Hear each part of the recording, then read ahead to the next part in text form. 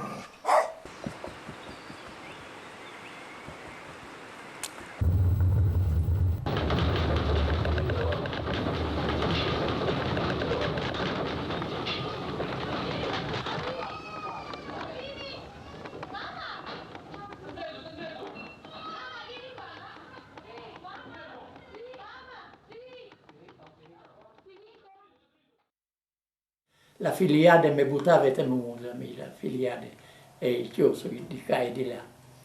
E la strada si erano tutte, con cominciare dopo. Non si vedeva chiaro, non si vedeva, perché le strade fumate e anche tutta il dito all'indomani. Siamo riusciti a salire fino in Curminie, noi giravamo in moto, per quello siamo riusciti a passare in tutti i buchi, perché non passavi, no?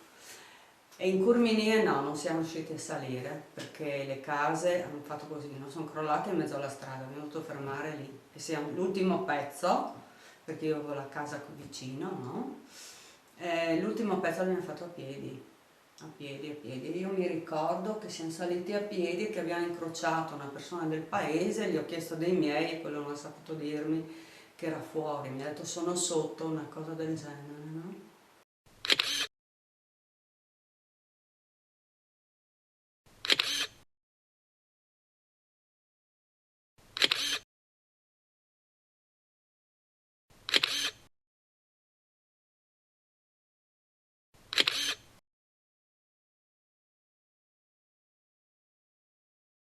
La prima roba dall'indomani a Binore che ho tentato alla su, fino in Curminio si è arrivato. In Curminio portavo i miei là alle scuole. E avevo di identificare, mi è toccato la identificare in Curminio e a Glamone. E ho il ricordo delle ultime volte che ho veduto Tiziana Manganelli, che è sì, una frutta che è morta, che era lì. E mi visi con i riccios, le cascate di riccios, i suoi voi blu, e che sorelle bellissime, che mi faceva pensare a una bella estate che avresti avuto, che invece non è stato così.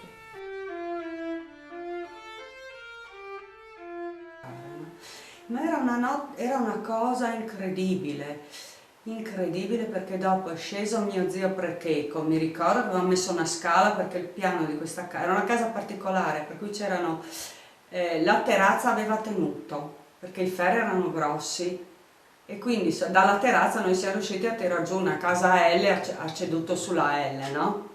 Però noi siamo riusciti passando sopra le macerie a arrivare a questa terrazza, dalla terrazza siamo scesi giù con la scala che mi ha prestato mio zio Precheco e che all'era da Pitka diceva di corse, su, ecco, su, diceva.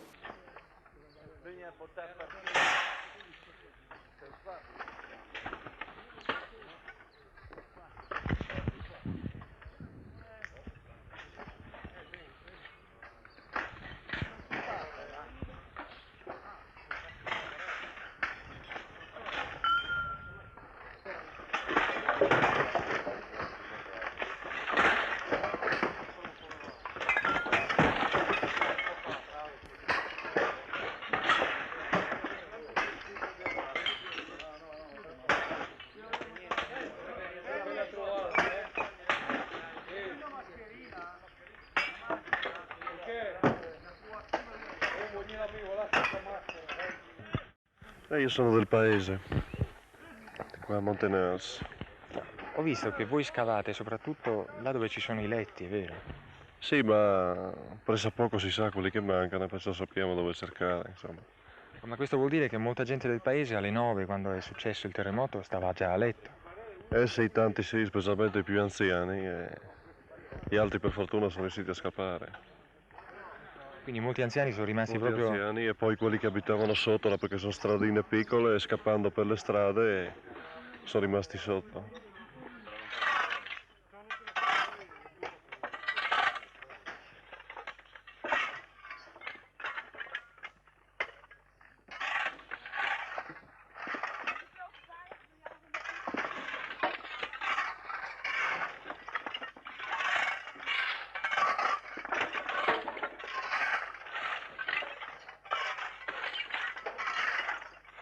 E qualche donna l'ha chiamato per un bel piezzo, ma non si poteva, cioè non si arrivava a toccare, ecco, non si arrivava a... Infatti i miei nieti erano stati tutto l'anno di sotto. A un certo punto non mi hanno anche più risponduto, erano busute, avevi le busute fatte. Sono arrivato sotto le porte, fra il corridoio la camera di mia madre, che io stavo assente, io ho nato sotto le porte, i muri grandi di 50, e dopo ho visto che ero lasciare, provate, ho nato io sotto e io su di fuori. Si capisce, era tutta una confusione che i quattro coglieri, e ho nato le prime case della vigilata. Ah, Sì, se calare il piano. Interviato, si colava un tedidotto e allora si incampava.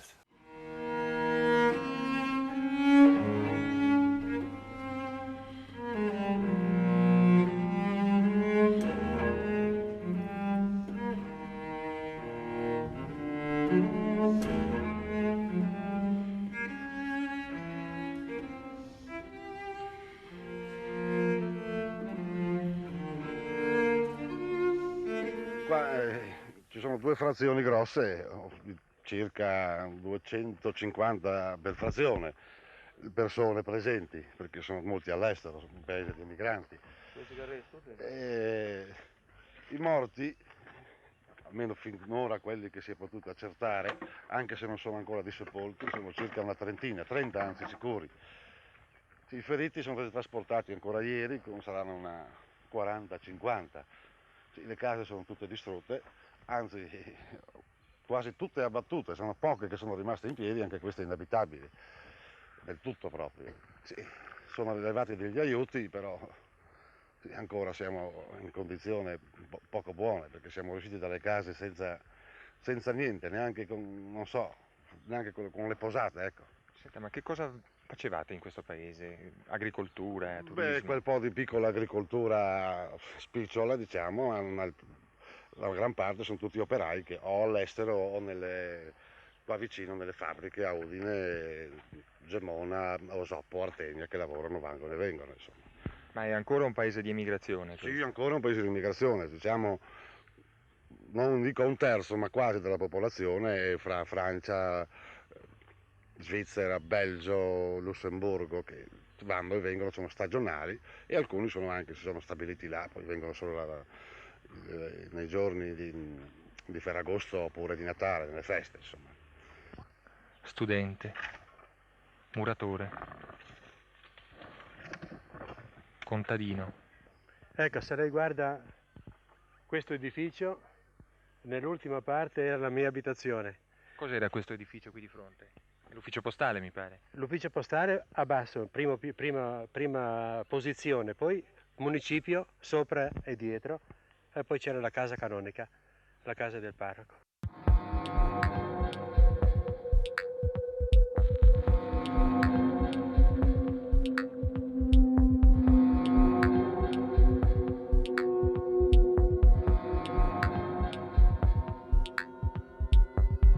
Montenars è rimasta isolata per giorni a causa delle frane che ostruivano la strada.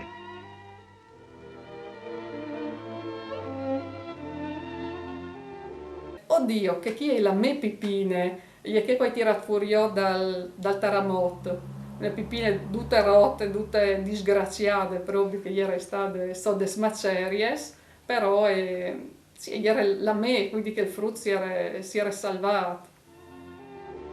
I primi soccorritori si sono trovati di fronte a un paese quasi completamente distrutto e 32 morti da seppellire.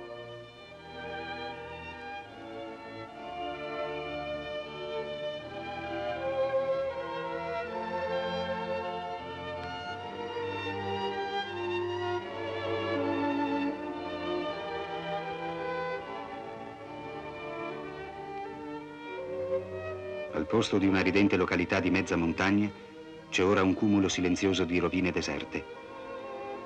Tra breve, quando tutte le case devastate saranno abbattute e rimosse, non rimarrà più quasi nulla.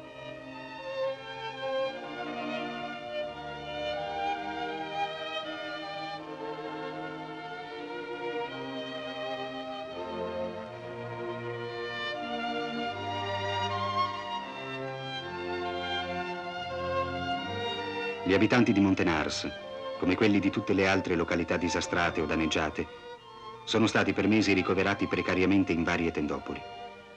Delle centinaia allestite in tutta la zona terremotata, ne sono state riprese soltanto alcune, perché pur nella varietà delle collocazioni e delle soluzioni, sono tutte tristemente uguali nello squallore e nei disagi di una vita innaturale e durissima.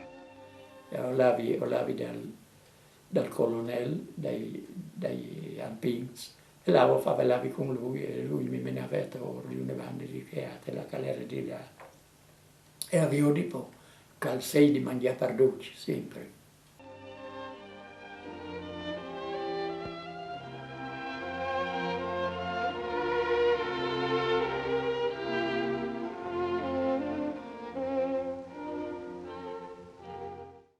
Se non che dopo, sì, tutta la giornata, cosa vuoi? Le tende, sono arrivate le tende, cominciano a mettere le tende, poi è cominciato a venire brutto tempo, vento, pioggia, le tende volavano via e tutto il giorno, tutta la notte a aiutare questa gente perché poverini, sì, cosa volevi fare? Le lunghe colonne di soccorsi militari e privati hanno percorso le zone terremotate in ogni direzione, portando aiuti di ogni genere, e che oggi è perfino difficile da quantificare, tanto generoso ed ininterrotto è stato il fiume di solidarietà che si era riversato nella regione. Anche questo non sarà mai dimenticato.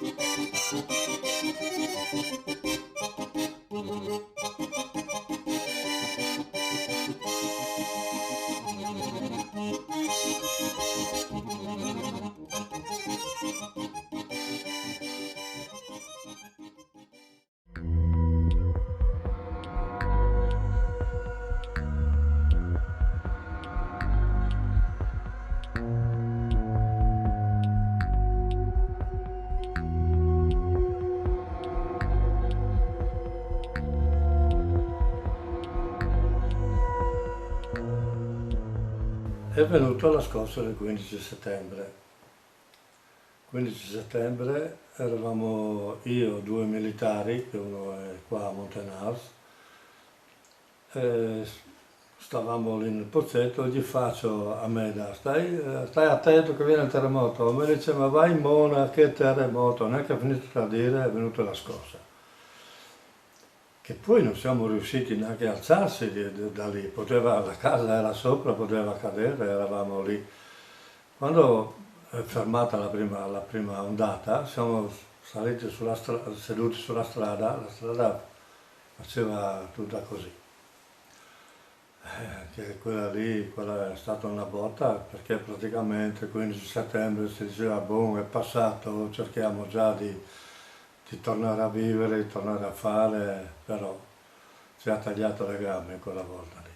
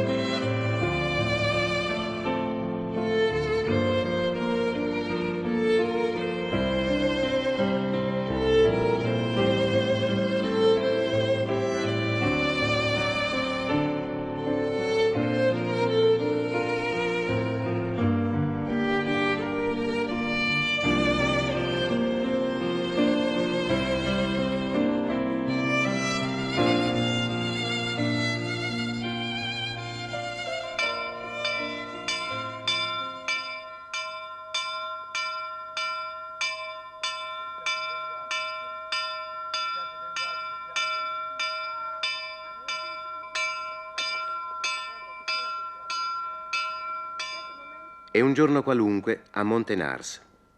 In questi piccoli paesi di montagna, ormai fatti di case provvisorie, la gente si incontra soltanto alla messa, che resta uno dei rari momenti comunitari. Dodina Xavier dopo. Dodina Xavier dopo. Sì, anche sì.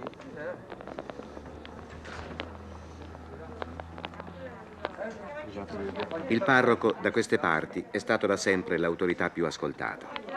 La chiesa era il simbolo del paese che si riconosceva da lontano per il campanile. Se la chiesa manca, basta un vecchio autobus regalato da una città lontana. Ci si incontra a messa perché quassù non c'è altro. Ed era così anche prima del terremoto. C'era l'osteria, ma adesso manca anche quella. La ricostruzione può diventare qui un'occasione per ripensare al proprio paese, a come dovrà rinascere migliore.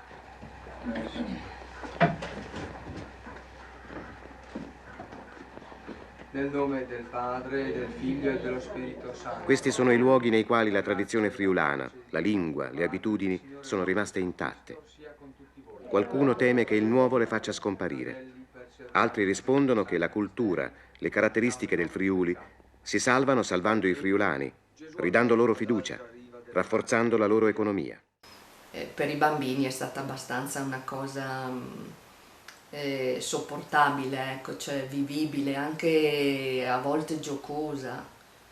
Dopo sì, all'interno delle loro baracche o case eccetera, sì, ma anche lì vedevo che sì, più gli adulti avevano dei momenti di sconforto, ecco, perché il fatto di non avere più la casa o di doverla ricostruire o sistemare, il fatto di vivere così nel provvisorio aveva messo molti in difficoltà ovviamente. Poi sì, è vero che c'erano tanti aiuti e dopo si sono adeguati alla vita, però si sono anche dati subito molto da fare, ecco, perché parecchi si sono costruiti la baracca da soli ancora prima che arrivassero i prefabbricati, si sono messi a ricostruire o a ristrutturare le loro case ancora prima della scossa di settembre, per cui dopo ci sono stati di nuovo problemi, ma insomma gente che non ha mai mollato, insomma, che si sono sempre dati da fare, che hanno continuato a lottare per riavere, insomma, quello che avevano perso.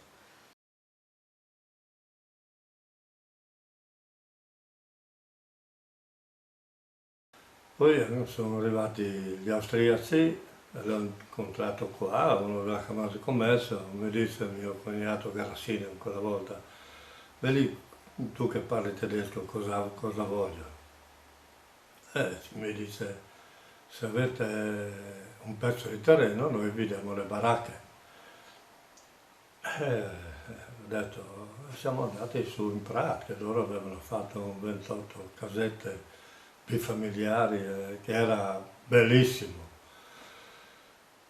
Anche loro, gli austriaci sono venuti, noi i militari, grazie a loro, alle donne, alle ragazze che erano in quel tempo lì a aiutarci a fare le piattaforme, e loro hanno montato le baracche, che erano casette ben fatte, perché non erano fatte, fatte benissimo. Se non che gli austriaci un po' ci prendevano in giro e mi dicevano siete fifoni. E io ho detto, io la paura l'ho avuta. E una sera, un sabato sera, loro abitavano lì nell'albergo, verso le 5 è venuta una buona scossa, sono saltate dalla finestra e gli ho detto, avete paura anche voi? Mi hanno detto, sei matto, hai visto come andava la casa? E l'ho vista sì come andavano le case. Per questi giorni non sono venuti neanche loro più.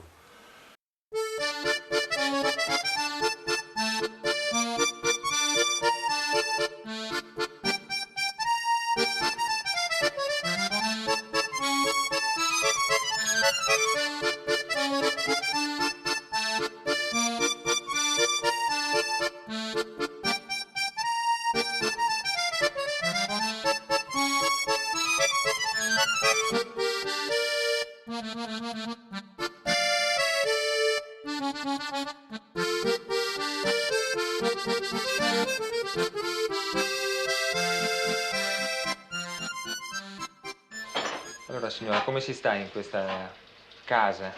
Io no. Mi sembra che stiamo abbastanza bene. Va tutto bene? Sì, ma sa, fino a quando non piove, fino a quando dureranno, questo sarà, sì, ma... Quanto dureranno secondo lei? Ma 5 anni spero di sì, o anche più, qualche anno, speriamo. Ma non spera di avere una casa prima? Una casa vera? Ma questo non lo posso dire. Perché non ci crede? Speriamo, noi stiamo sempre con la speranza.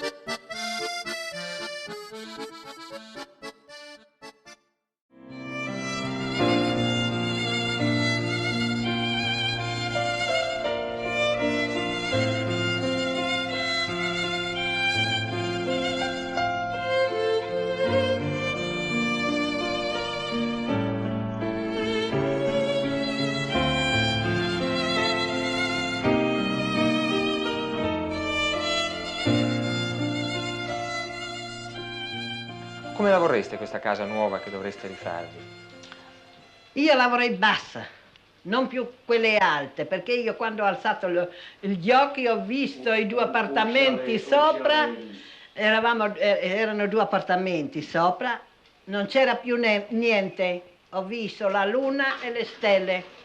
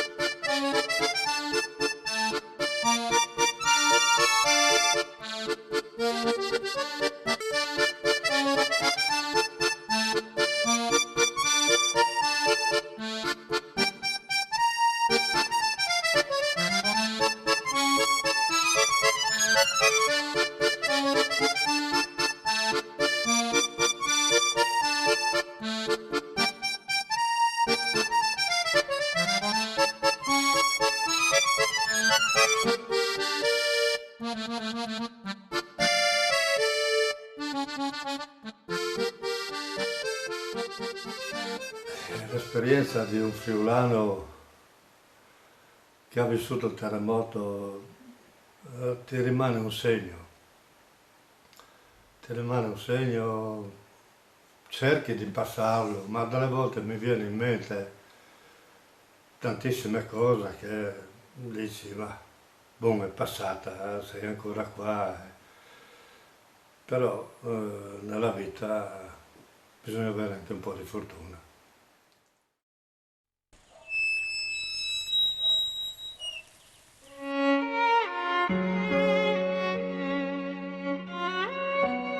Sono passati 25 anni e dentro di me straripa un fiume di ricordi, emozioni e sentimenti che non riesco a frenare.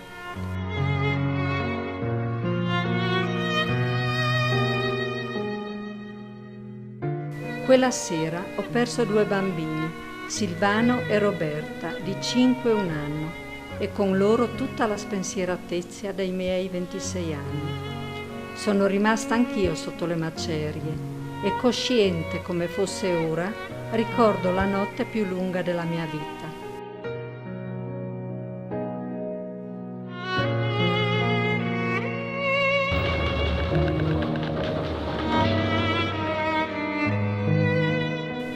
Dal prato di fronte al mio borgo, ricovero di tante persone ferite, potevo vedere attraverso una fitta coltre di nebbia e in maniera quasi ovattata le case sventrate e crollate, la gente che correva, urlava sbigottita, incredula, inconsapevole, penso, di quello che stava accadendo. E poi le prime luci dell'alba e i primi soccorsi, la grande macchina della solidarietà che si metteva in moto. È a loro che viene rivolto questo mio pensiero, a tutte le persone che assieme alla mia famiglia ho incontrato dopo quella tragedia. E sono tante, non saprei da chi cominciare, perché vorrei non dimenticare alcuno. La pazienza, la disponibilità, l'affetto che abbiamo avuto da queste persone sono indescrivibili. Da tutte ho imparato tanto. Ho capito piano piano quali sono i valori veri, quelli che resistono a qualunque scossa. Sentimenti silenziosi e impalpabili, ma radicati dentro di me come questi 25 anni, così lontani e così presenti in ogni attimo, in ogni pensiero quotidiano. A tutti i bambini e le persone che quella notte ci hanno lasciato va il mio rispetto più sentito e profondo. Al dolore di tutte quelle mamme che, al contrario di me, non hanno avuto la fortuna di assaporare di nuovo il dono della maternità.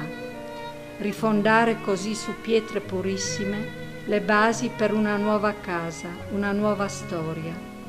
A tutte le persone che non ci sono più e che hanno rappresentato un magico pianeta di solidarietà dal quale io, quasi miracolata, ho attinto alla straordinaria forza per una nuova vita emblematica dell'intero Friuli. Rivolgo dal più profondo del mio cuore la preghiera più fervida al crocifisso del terremoto, perché giunga attraverso lui, per ognuno di loro, il mio grazie soffocato da un immenso amore.